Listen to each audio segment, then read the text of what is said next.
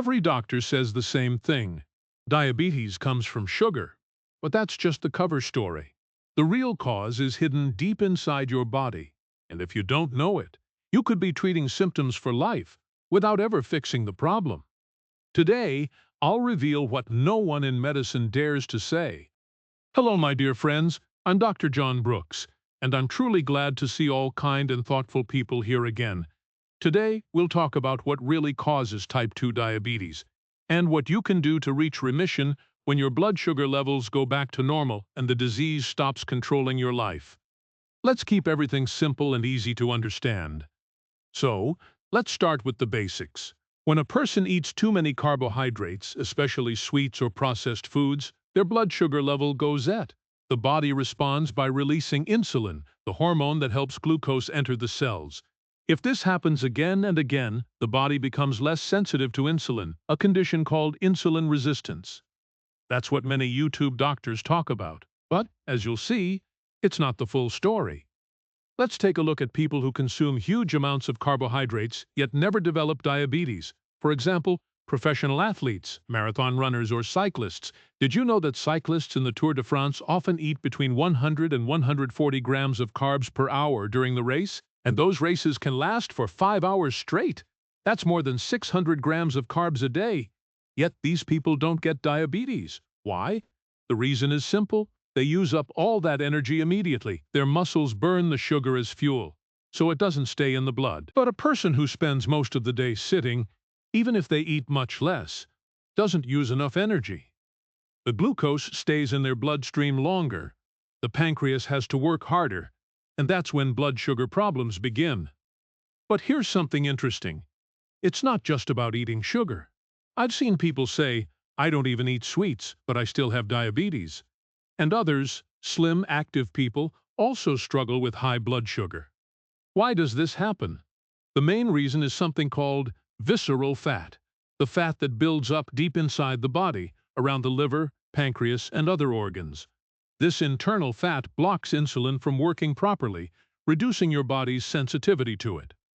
Sometimes, a person may look thin on the outside but still have a dangerous amount of visceral fat inside. Each of us has a different fat threshold. Some people can store lots of fat under their skin, 10 centimeters or more, without big problems. Others can't store much at all. As soon as they gain even a little, the fat starts accumulating around the organs. That's when insulin resistance begins, even if the person isn't overweight. Genetics also plays a big role. Some people's pancreatic cells keep producing insulin even when they gain weight. Others have more sensitive beta cells that stop working well when surrounded by fat. The answer is simple. We eat more energy than we burn. That's it. No magic, no mystery. If you consume more than your body needs, it stores the excess, mostly as internal fat. When too much fat accumulates, certain molecules called ceramides start to build up inside cells. These block the signals that insulin sends. So, even when insulin knocks, the cell doesn't open the door, and glucose stays in the blood instead of entering the cell. That's how insulin resistance develops. So again, it's not carbs alone that cause diabetes, it's the excess of calories. It doesn't matter where those calories come from, fat, protein, or carbs. If your body gets more energy than it uses, resistance to insulin will appear sooner or later. That's why some people find keto diets helpful, not because of magic, but because they simply eat less and lose weight. As the body burns internal fat, insulin sensitivity naturally improves. Here's the good news. Research shows that when people with type 2 diabetes lose about 15% of their body weight, 86% of them reach remission. That means their blood sugar and insulin levels go back to normal. This happens because losing weight reduces internal fat, restores insulin sensitivity, and helps the pancreas work more efficiently again. Of course, if diabetes has been around for many years, the pancreas may never fully recover. But even then, reducing weight and visceral fat can significantly improve health and prevent complications. The key is to keep that weight off. And one more thing, the best way to improve insulin sensitivity isn't found in pills, it's found in movement. Simple activities like walking, cycling, swimming, or rowing all make your muscles hungry for glucose. Do at least 3 hours a week of these gentle cardio exercises, and your muscles will become your best ally against diabetes. So, let's sum it up.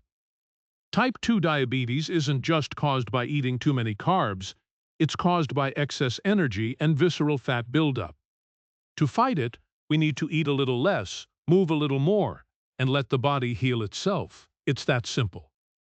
If you found this video helpful and want more easy-to-understand health advice, subscribe to Dr. John Brooks, hit the like button, and share this video with someone who needs it.